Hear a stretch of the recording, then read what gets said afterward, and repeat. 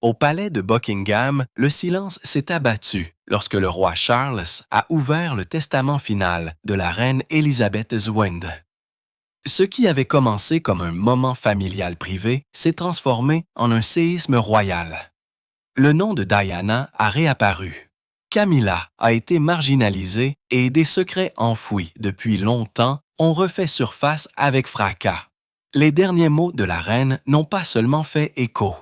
Ils ont ébranlé le trône, le jour où le testament a été ouvert. C'était un matin froid et calme lorsque le roi Charles a convoqué la famille au palais de Buckingham. Personne ne parlait beaucoup. Les couloirs semblaient lourds, comme s'ils savaient qu'un événement important allait se produire. Ce n'était pas une réunion royale ordinaire.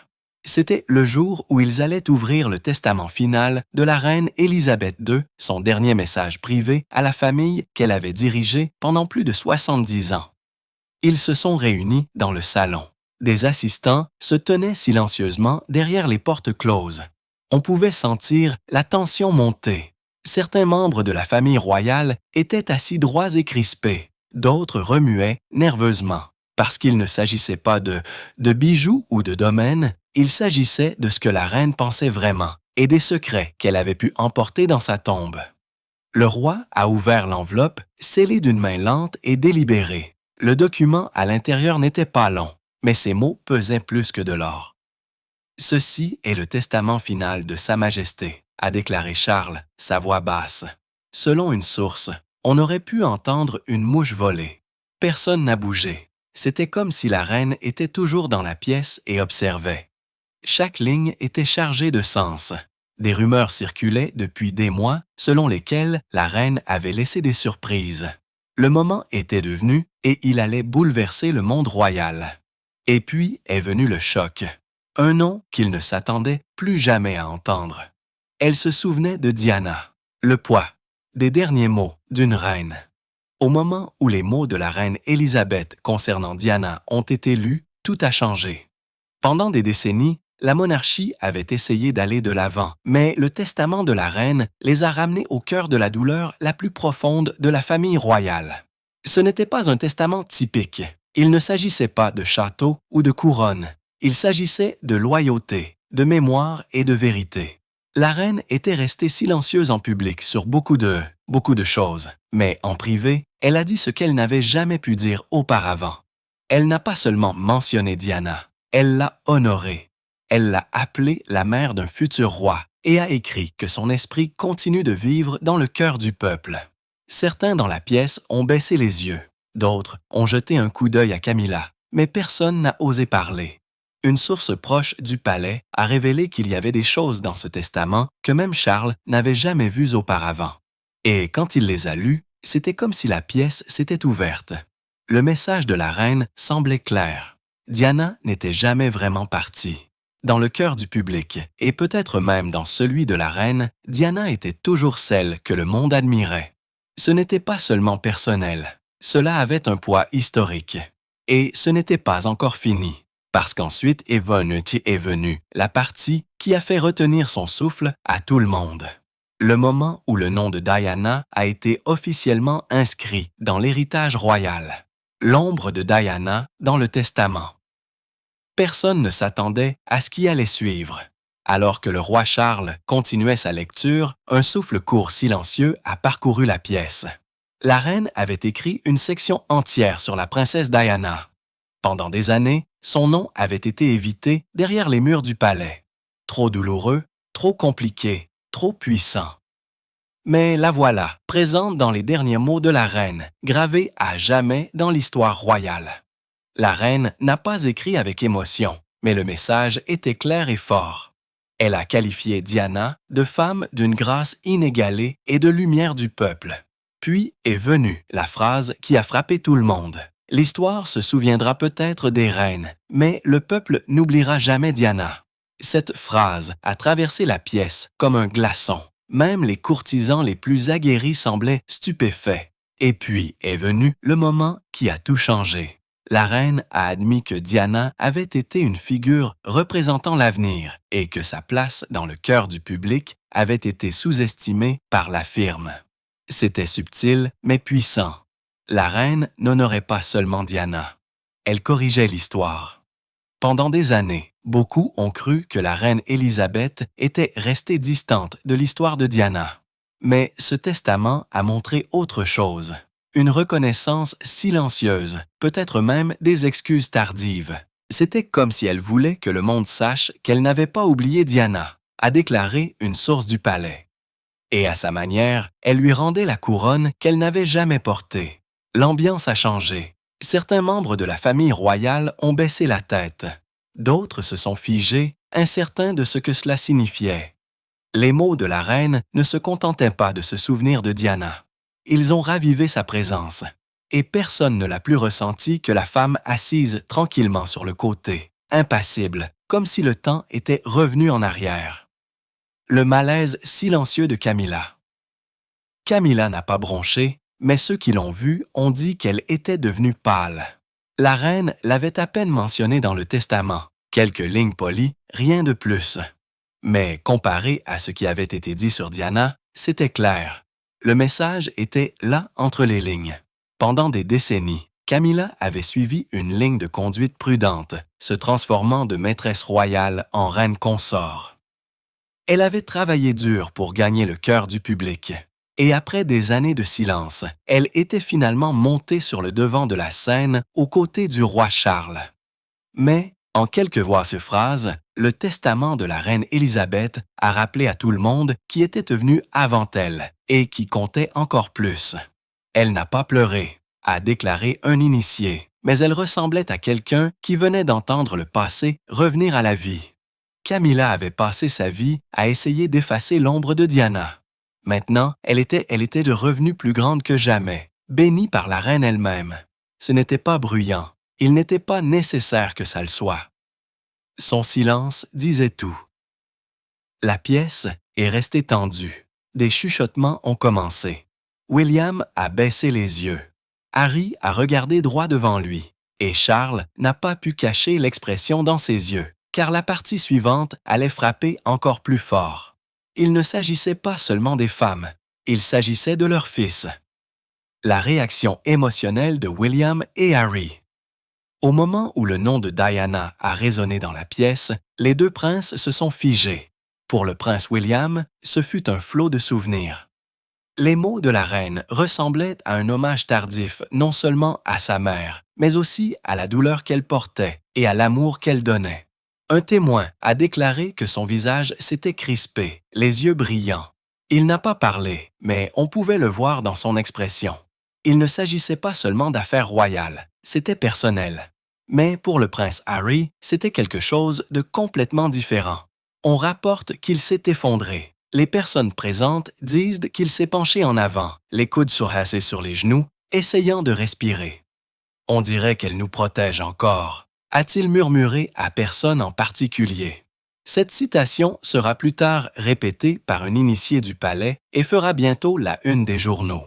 Malgré toute la distance, tout le drame public, c'était l'un des rares moments de l'histoire récente où William et Harry étaient assis dans la même pièce, touchés par la même vérité. Leur grand-mère avait reconnu Diana, non pas comme une figure du passé, mais comme quelqu'un dont l'héritage vivait encore. C'était comme si le temps s'était arrêté, a déclaré un assistant. Il n'était peu, c'était plus, des pépus des princes, juste deux fils en deuil une fois de plus. La réaction de William a été plus discrète, mais non moins profonde. La reine avait confirmé ce qu'il avait toujours su, que le rôle de Diana avait été plus important que le monde ne l'avait jamais reconnu. Il a acquiescé doucement pendant que ces mots étaient lus. Il n'a pas regardé Harry, mais il n'avait rien à se dire. À ce moment-là, ils savaient tous les deux que le testament avait fait quelque chose qu'aucun décret royal ou réunion de famille n'aurait jamais pu faire. Il a rappelé aux frères la seule chose qui pouvait encore les relier. Diana. Mais ce fragile moment d'unité n'allait pas durer longtemps, car ce qui allait suivre allait frapper le roi Charles le plus durement. Les difficultés de Charles avec la vérité. Le roi Charles s'était préparé à cela, ou du moins il le pensait. Il savait qu'il pourrait y avoir des lignes sur Diana, des mentions du passé, mais il ne s'attendait pas à cela. Un testament qui plaçait si clairement sa mémoire au-dessus de son présent, et pire encore, au-dessus de Camilla. Alors qu'il lisait à voix haute les mots postes de la reine, sa voix aurait tremblé. Il s'est arrêté plusieurs fois, luttant pour terminer les phrases. Sa main s'est agrippée au bord de la table. Il était clair qu'il ne s'agissait pas seulement d'une lecture. C'était un règlement de compte. La reine, dans son dernier acte, avait discrètement remodelé le récit royal. Un récit où Diana n'était pas seulement une figure du passé, mais un symbole qui leur survivrait à tous. Pour Charles, qui avait passé des décennies à réparer son image publique et à légitimer la position de Camilla, c'était un coup dur. C'était une blessure personnelle, a déclaré un ancien assistant, pas une attaque, mais un profond rappel de tout ce qu'il avait combattu pour dépasser. Il n'y a pas eu d'indignation, pas d'effondrement, juste du silence. Un silence lourd et inconfortable qui parlait plus fort que n'importe quelle explosion. Il a terminé la page, a posé le testament et n'a pas dit un mot de plus. Parce que comment réagir quand votre propre mère, la monarque au règne le plus long de l'histoire britannique, vient de rendre le passé plus fort que votre présent? La famille était ébranlée, mais ce qui allait suivre à l'intérieur du palais serait encore pire, car ces derniers saillies mots avaient divisé la famille royale en deux. La division à l'intérieur du palais. Après la lecture du testament de la reine Élisabeth II, le palais de Buckingham n'a pas dormi. Les couloirs qui résonnaient autrefois du calme royal vibraient maintenant de quelque chose de plus froid. Confusion, colère et profonde méfiance. Derrière les portes dorées et les draperies de velours, les tensions ont explosé. Certains membres de la famille royale, en particulier la génération la plus âgée, croyaient que la reine avait été courageuse, que ses derniers mots n'étaient pas imprudents, mais nécessaires. Pour eux, c'était une marque de leadership, une monarque disant sa vérité, même dans la mort. Mais d'autres n'étaient pas aussi indulgents.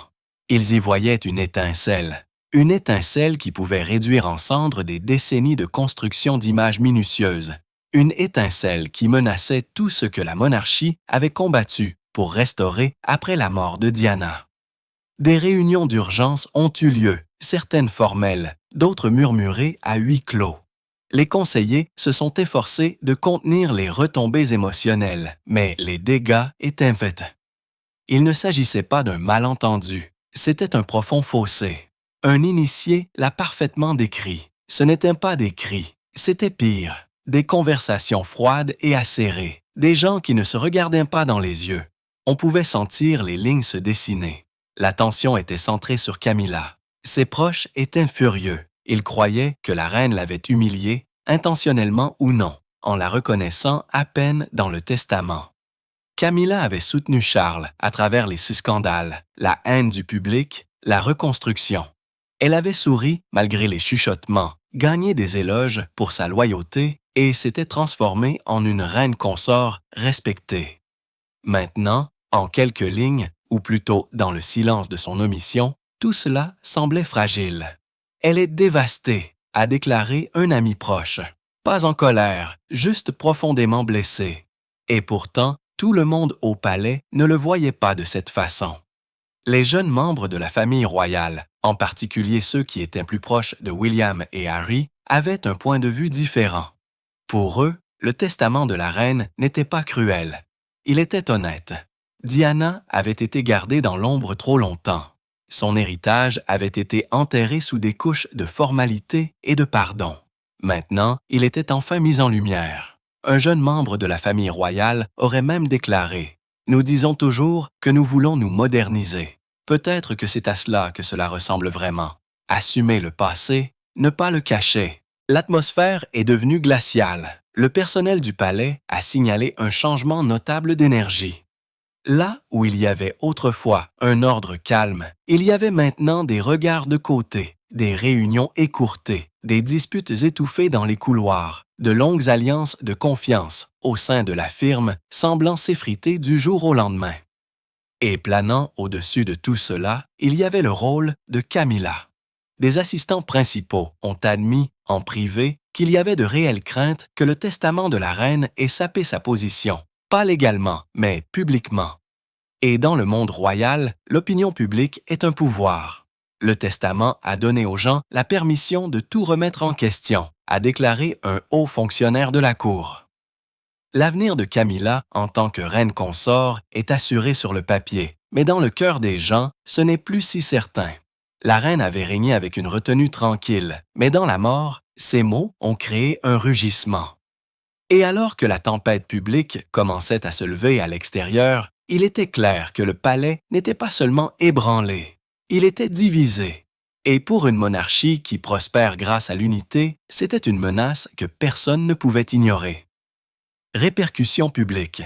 Les fuites n'ont pas attardé. En quelques heures, les chuchotements se sont transformés en gros titres. En quelques jours, tout le pays était saisi par une vérité impensable. Le testament final de la reine Élisabeth II avait été révélé et Diana en était le centre. Les médias se sont mis en branle. Les journaux se sont vendus avant l'aube. Le trafic en ligne a grimpé en flèche. Les premières pages ont crié « La couronne de Diana réclamée ».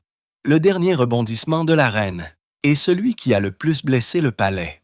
Diana, la reine du peuple, officielle enfin.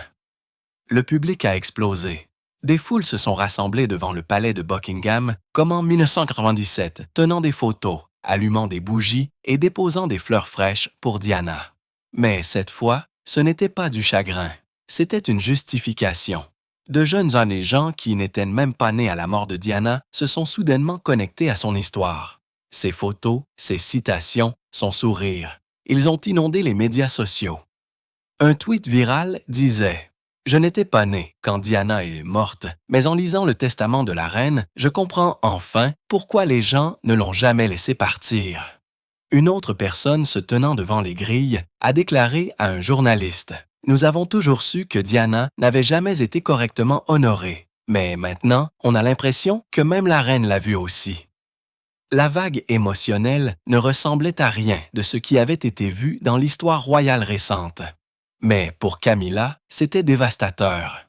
Les médias sociaux sont devenus froids. Les mêmes plateformes qui avaient autrefois salué sa transformation en reine consort la remettaient maintenant en question. De vieilles images de Diana ont été republiées. Des interviews, des moments de charité, des apparitions publiques, tous établissant des comparaisons injustes mais inévitables. Chaque geste de Camilla était désormais placé sous un éclairage différent, aiguisé par le silence pointu de la reine dans son testament. Même lors d'événements publics, l'ambiance avait changé. Les applaudissements polis semblaient moins nourris. Les regards s'attardaient peut-être plus longtemps. Les sourires de la foule semblaient vides. Elle marche la tête haute, a déclaré un commentateur. Mais elle sait que le fantôme de Diana marche juste à côté d'elle. Les observateurs royaux, dont beaucoup avaient fini par accepter Camilla au fil des ans, étaient maintenant ouvertement divisés. Son rôle avait-il été véritablement mérité, ou Diana s'était-elle vue refuser sa juste place depuis le début? Même le roi Charles n'a pas été épargné, bien que le soutien dont il bénéficiait soit resté stable dans certains milieux, d'autres ont recommencé à remettre en question son passé. Les sondages ont montré une légère baisse de son taux d'approbation, tandis que l'image publique de Diana a grimpé à des sommets jamais atteints depuis des décennies. Des émissions spéciales de télévision ont été commandées. Des documentaires ont été accélérés. Soudain, toutes les chaînes voulaient revenir sur la vie de Diana et son impact, non seulement en tant que princesse, mais en tant que femme qui avait éclipsé la monarchie. Même dans la mort, le testament de la reine avait rouvert une blessure nationale et, avec elle, avait ramené un raz de marée d'émotions publiques que le palais n'avait pas ressenti depuis des années. Et alors que la famille royale tentait de rester calme, la prochaine crise se profilait déjà. Parce qu'il ne s'agissait plus seulement de retombées émotionnelles ou personnelles, la tempête juridique approchait et elle allait frapper fort. La tempête juridique est historique. Les testaments royaux sont censés être scellés, enfermés pendant 90 ans, intacts, invisibles, enfouis sous des couches de protocole. Mais celui-ci a fuité. Et au moment où il l'a fait, une tempête sans précédent depuis des décennies s'est déchaînée sur la monarchie. Les avocats étaient stupéfaits. Les historiens se démènent. Même les hauts fonctionnaires de la maison royale ont été pris au dépourvu. Comment quelque chose d'aussi privé, d'aussi explosif, a-t-il pu se retrouver aux yeux du public? Certains initiés ont affirmé qu'il s'agissait d'une erreur technique. D'autres ont murmuré qu'il s'agissait d'une fuite contrôlée, peut-être même d'une décision prise par quelqu'un au plus profond des murs du palais, qui pensait que le public méritait de savoir. Quelle qu'en soit la cause, le résultat a été le même. Les derniers mots de la reine n'étaient plus une affaire de famille. Ils faisaient désormais partie de l'histoire mondiale. Le monde n'a pas cligné des yeux. Il a regardé fixement.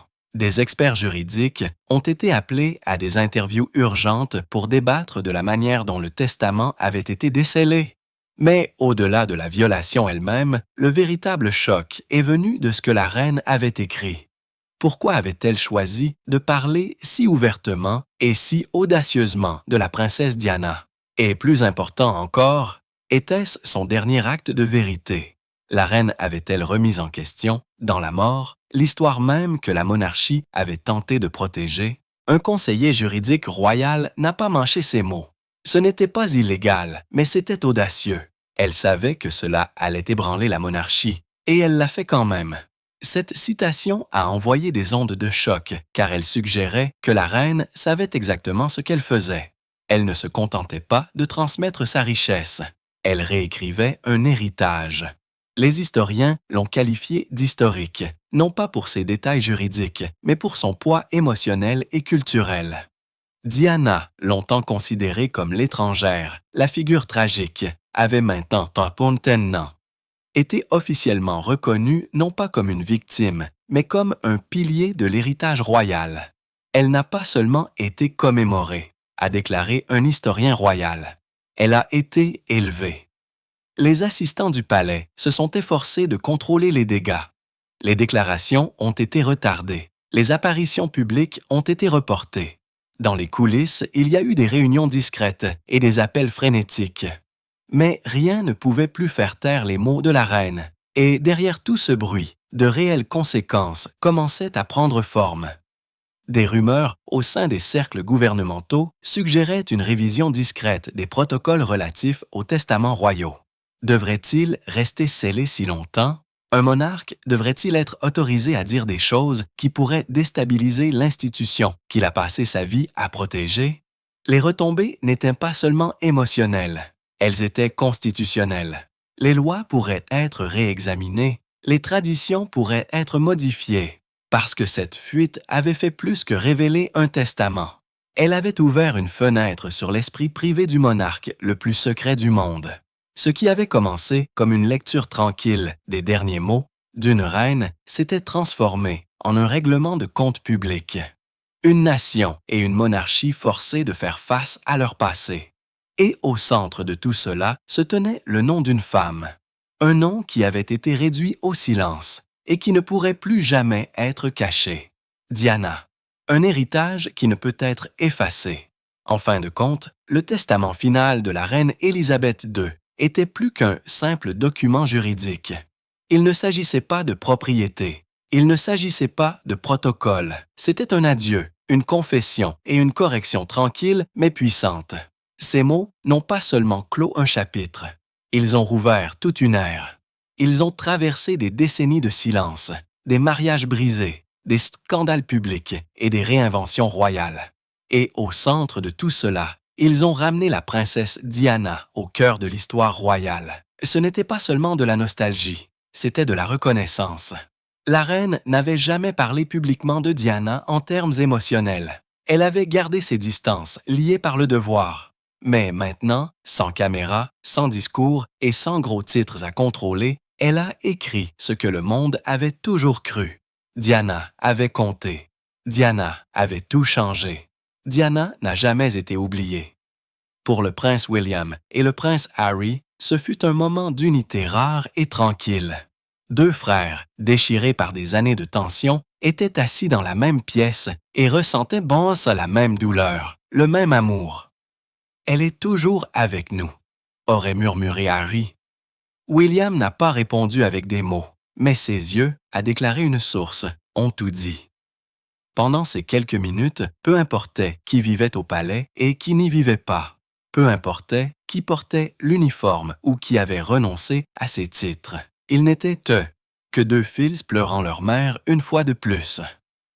Pour Camilla, c'était quelque chose de complètement différent. Après avoir passé des décennies à construire soigneusement son image, passant de figure exécrée à reine consort respectée, le testament l'a profondément blessée. Des années de service public, des événements sans fin, aux côtés de Charles dans les bons comme dans les mauvais moments. Tout cela a été éclipsé en un seul instant par le fantôme de la femme qu'elle a remplacée. Elle n'a pas beaucoup parlé après, a déclaré un initié, mais on pouvait le voir, le malaise, le choc, peut-être même le regret. Et pour le roi Charles, l'homme qui avait attendu plus longtemps que tout héritier de l'histoire britannique, c'était peut-être le moment le plus douloureux de tous.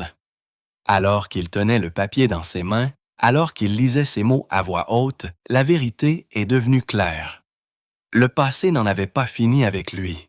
Peu importe combien il avait d'essayer d'aller de l'avant, peu importe combien la monarchie avait évolué, il y avait encore des parties de son histoire qu'il ne pouvait pas contrôler. Le testament de la reine était son dernier message, non seulement à sa famille, mais au monde entier.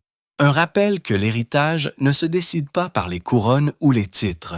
Il se décide par la façon dont les gens se souviennent de vous, par la profondeur avec laquelle votre histoire reste dans leur cœur. Et alors que le monde réagissait, que les gros titres explosaient, que les foules revenaient aux portes du palais, que de vieilles blessures se rouvraient, une chose était indéniable. Diana n'était jamais vraiment partie. Et maintenant, avec les propres mots de la reine derrière elle, elle ne le ferait jamais.